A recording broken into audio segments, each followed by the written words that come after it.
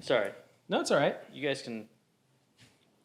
We'll start right now and just let Brent be the one sitting there. You would think he didn't preach his own sermon.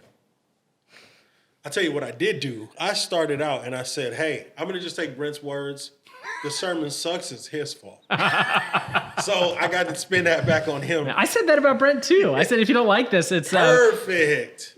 It's Brent H at harvestventura.org. You can email all your complaints. Here, I don't know if this is a good or bad thing for you. I will ignore them for all of you. Feedback. Yeah, maybe they all just went straight to Brent. So I don't know. Did you get any calls? I just throw it straight into the trash bin. All of those wonderful. You hear that, guys? If you email Brent, it's just straight to the trash bin. Actually, that would make a lot of sense for a lot of my volunteers trying to get information from me. They'd be like, okay, yeah. Whoops. Yes. Yeah. All right. Well, welcome to part 2 of our Advent podcast. We're going. Sitting around the table with Steve Ross at Arias Ventura. Let's go. With Brent Hisayasu from Harvest Bible Chapel. What's up, man? Ventura. You said it better last time, but. Well, last time he did the phonetics version like I messed it up and it got me all self-conscious about it. Hisayasu. No, it's yeah. And I was like, okay, bro. All right, and I'm Bert Alcorn with Anthem Ventura. I can't pronounce it either, so I can't expect anyone else to. Oh my goodness. Back around the table in the studio, talking Advent, talking about how much we love each other's churches, making fun of each other. We're here for a purpose, though. Word.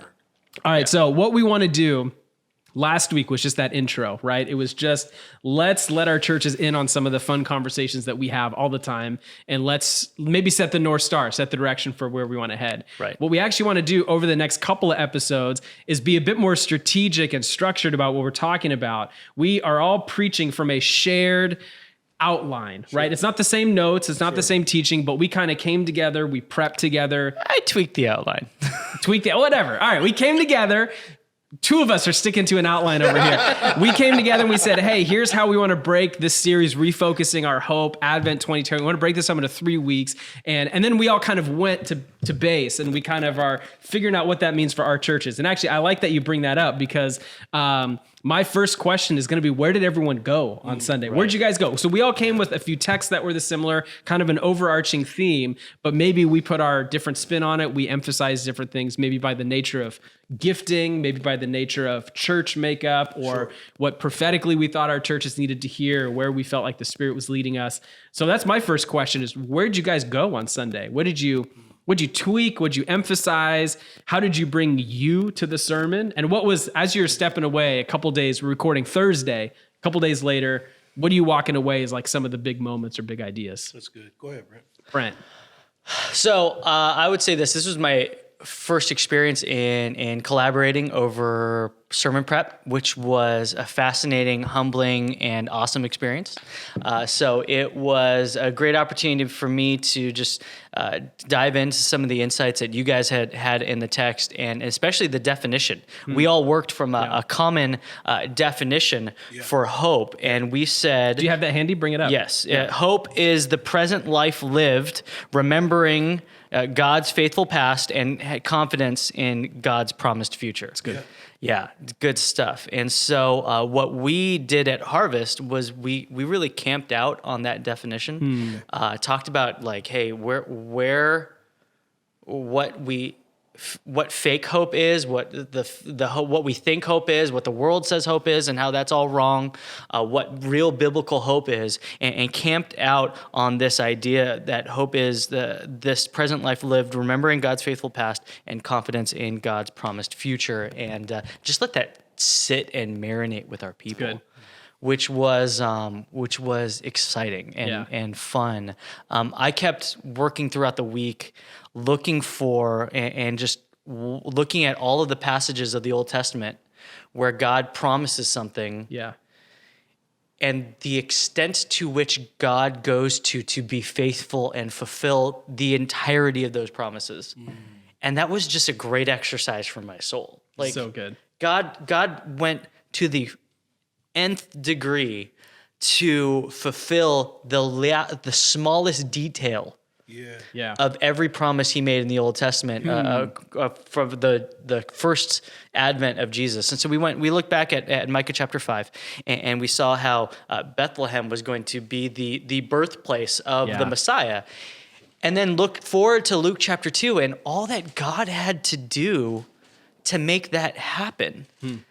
Like all of the from a worldwide level, Caesar Augustus, a guy born as the adopted son and ruler of Rome, not only has to take the throne, but his personality with numbers and loving statistics, like they have historical record. He's like jotting things down as he's dying. And here's the census, and here's the tax numbers, and here's like that was just who he was. All that, his personality as the ruler of the then known world, wrapped up into God fulfilling this promise. Caesar Augustus calls for a census that makes this little couple. You know, they're just married. They're just, and they're having to work through like day-to-day life. And now all of a sudden, because some schmuck all the way in Italy is like, they've got to go travel from their hometown, Nazareth, to Bethlehem while she's in her 8th or 9th month of pregnancy. So crazy. And all that so that God could fulfill his promise that the Messiah would be born in Bethlehem. Yeah. And if he's going to go to that degree to fulfill those small details of promises, how much more so for us when Christ returns? Dude, I love it. that's good. That's so much fun. Come on. Man. Yeah. I went someplace very different than that. Talk to us. I went, what's our problem with hope? Like we went to the same definition. So that is a shared working definition. It's been really helpful. And go like, okay, what if we actually believe that and we put our hope in Jesus? You know, Romans 5, he won't disappoint. He won't put us to shame. Why do we keep getting disappointed? Right. So something's flawed in our hope, right? Because we say that's true. We read scripture and we believe that's true, but then we keep getting disappointed. Right. So where's the dissonance there? And so just unpacking, like we're putting our hope in the wrong things. We think hope is for other people because we're all good, and we don't believe hope changes the present and all these different things. And we camped out on like, what's your and my problem with hope? Because we got a problem and it's clearly not been fixed. Yeah. Wow. So I think that's where we went. That's where we camped out. That's cool. We were in a similar place. Yeah. And I mean, for the most part, when you talk about what your week was like, I had spent time in Psalm 42 and Psalm 130. And so just because of where I was, right, Tuesday, Wednesday, Thursday, and on Friday, as I'm kind of like really wrapping up, where are we going with this? It just really felt like God had been ministering to me and causing me to remember David's attitude of like, why are you downcast, my soul? Right. Hope in God, like preaching to himself, right? And so, you know, I think the biggest catalyst even for where we went in the beginning, right out the gate, I'm like, hey, I just want you guys to know 2020 was not a bad year for God. You know what I mean? Oh, and so it's like, dang. and then I'm like, and I hope it doesn't sound like I'm doing double talk when I say 2020 sucked for you and I, but it's because our hopes are in the wrong things. Yeah. And so then that's where we got to talk about like, oh yeah, what's our hope and where do we put our hope and all those things. I feel like it was really good for us, you know, in that season of where we are, right? We're out at the park and we're there, and it's like, it's great by default, but it's not really the way we would design to pop up on the avenue and be in the amphitheater. We didn't plan it out like that, but that's where providentially God had landed us. And so I feel like it's just like, it's been one of those things where the Lord, even in hearing the diversity of how our sermons came out, really comes down to like how the Lord has been leading each of our congregations. Yeah. So we walk away defining hope the same way.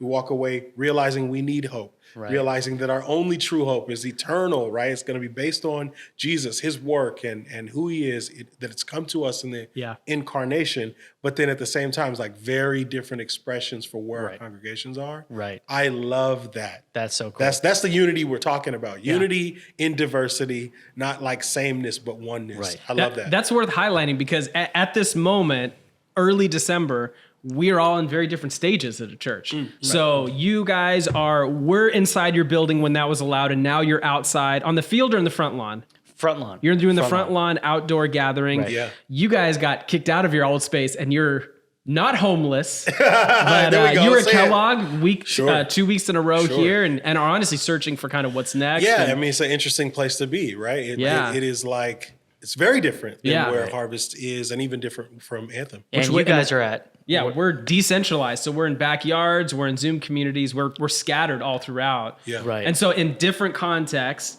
in different life stages, you guys are 7, 8 years old. Right. We just celebrated 5 years. You guys Word. just celebrated a year. There it is. Built on, 7 or Sure. 8 years before Sure. that.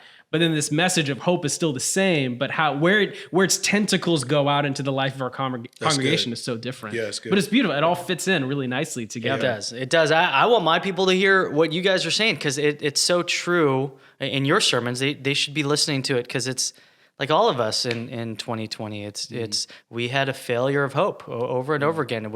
This year was not what any of us expected it to be, and so time and time again, our people felt that. Yeah.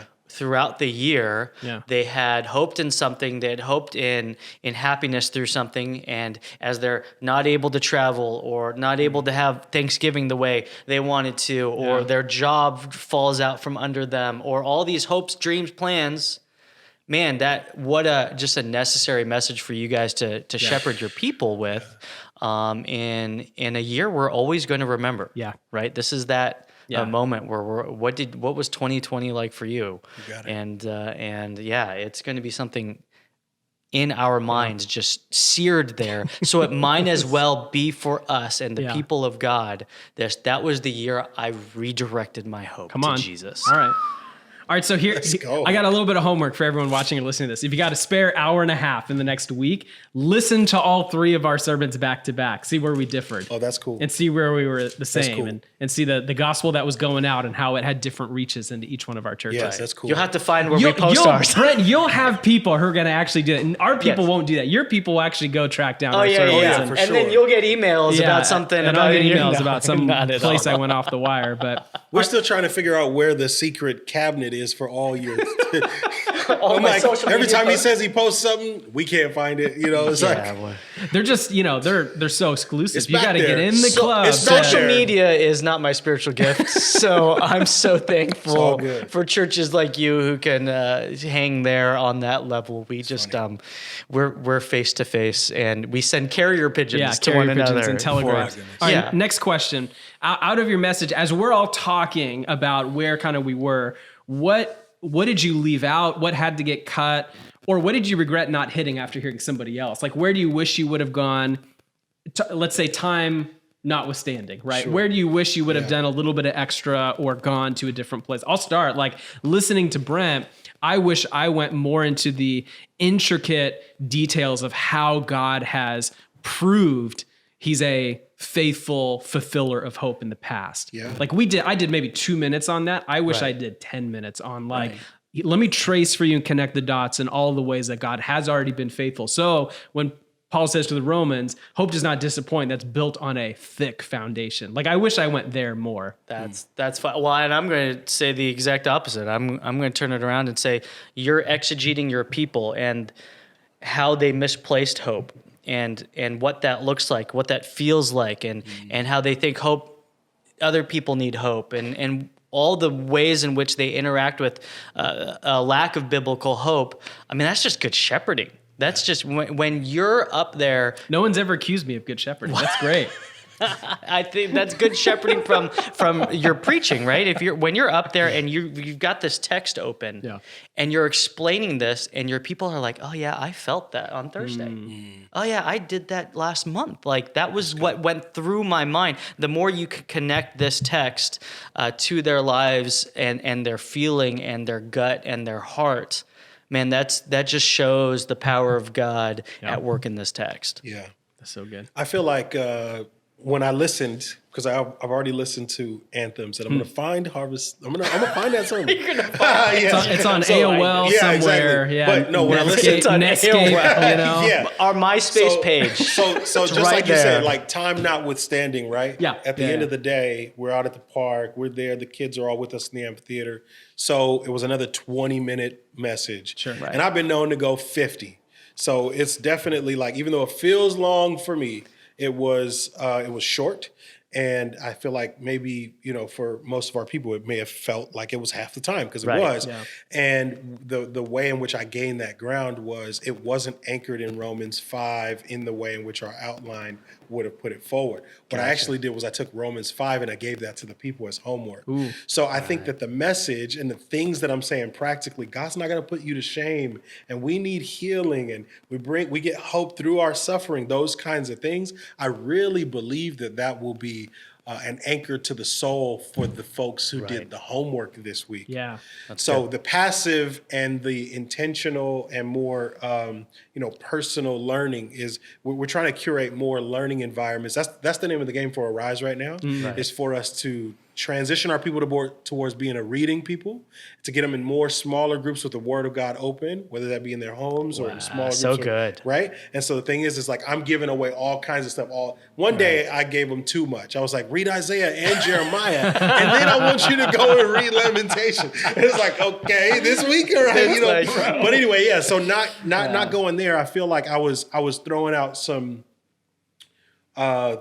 things from 30,000 foot, some umbrella terms, and not really having it anchored in the text, right? So I feel like that was a thing that was felt when we got to gospel conclusion. So our gospel conclusion really would have been and was, we should hope in God. He won't disappoint you. Hope's not going to put you to shame. Why? Because Jesus is our hope. I actually went in a totally different direction in terms of how to close it out. Yeah. Because when I got here, and knew where I was, I'm like, I think I'm sliding into something else. And what was really on my heart had been the Psalms for the week. And I felt like there was unction. We had people who visited. I actually had a lady who very apparently looked over her gate, saw us, got dressed, came outside and stood and listened to the whole thing. Dang. And the whole Good time stuff. I'm watching her, and she's just like, the message is like to her. So I'm like, God is good. And nobody maybe knows. I'm talking past y'all at this point, And there's another couple that have been there. And I mean, I can tell you guys a story offline. But at the end of the day, they're like, hey, where are you guys going to be next week? So I feel like the Lord had a message for people who were us then also not us. So good. Right. Let me see that real quick. Go ahead. Even all right, you guys can't see this. This is not the right medium to be sharing this. I'm curious to see how we all structure our notes too. Look at this. Well, Steve brought up a good question. It's got some redlining happening right here. funny. Not that kind of redlining. So funny. Steve, That was a good one. You quick. Not that kind of redlining. Brent, do you know what we're talking about? All right, wait. Before we go off the idea. rails, I want to come back to something you said though, because I feel like this would be a fun question for everyone who's watching or listening. Like you gave your people homework. So if we were to all give our people some homework, anyone who's watching or listening to this, after we've sat with the message and knowing, Brent, you've recorded for us. Brent, you're preaching for Anthem this week. Right. You recorded last night here. Maybe I should just snag that and play it for Arise. we'll see. We'll watch it. We'll figure it out if it's good we'll or not. see. But, We'll see. but I mean, we've all prepped what's coming for this Sunday. So knowing where we've been and where we're going, where would you encourage anyone who's listening or watching to press in this week? I would do the same thing that Steve did. It was just sit in that Romans 5 text, not only because we didn't have enough time to soak in this idea of God's faithfulness in the future, and how that has an effect on us every day. Yeah. I think you killed two birds with one stone and deal with a lot of those things in Romans 5 in that text that we had kind of designed as a conclusion to what we did, right? Isn't that what you did? Did you go to Romans 5 in your conclusion? I went back to Romans 5. Right, Yeah. and just laid in on. There's so much gold there. There's so much that we need every day, especially for 2020. Yeah. So Steve asked the real question, though. I mean, Steve brought up the real question. Which one of us preached the shortest? That's what the people want to know. Oh, we already know the answer to that question. Well, I don't count. You were in a but park. I'm about to say, look, I'm 2 for 2 now. Okay, I'm which batting would you have? 1,000 when I'm outdoors? Y'all keep me outside and you keep me short, right? It's like, there we go. You know what? Another I thing was about outside, it is, too. Hey, I've been told. So how long did you go this week? I have no idea. It felt like I'm gonna half find an hour. out. Okay, you I'm gonna find find out. out. See I'm if gonna you can find out. search it out. Hey, all that extra stuff you were saying, it had to be a long time. I know that ain't in here. No, legitimate. It felt like under a half an hour, but Okay, every word. time I feel that way, it's over. Yeah, word. Well, the reason why I was asking is because I've been told if you want me to speak for an hour, tell me a day before. You want me to speak for 10 minutes, give me a month, right? it is. And so Right. the fact that we worked on this in the past, and all of us are under 40 minutes, presumably.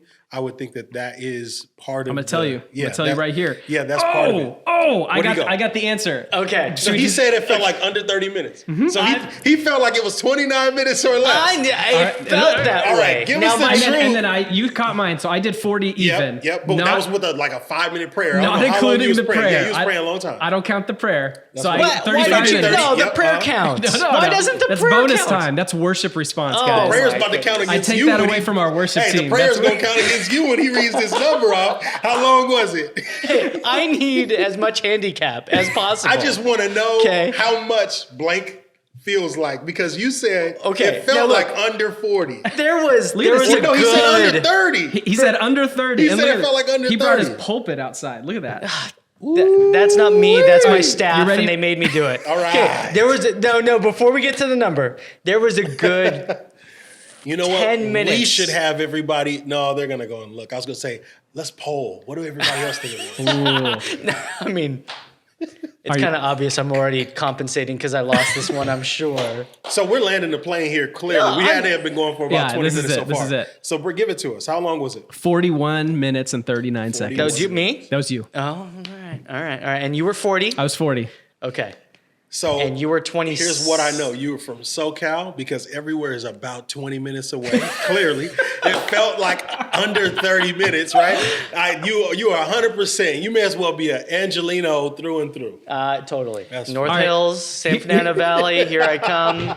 20 minutes from everything. There it is. Yeah, I'll be there. 20 minutes from Disneyland. 20 minutes from Santa Clarita. 20 minutes from. All right, here we go. Here's the next part of this podcast. I'm just going to play all the sermons live on air. Oh, yeah.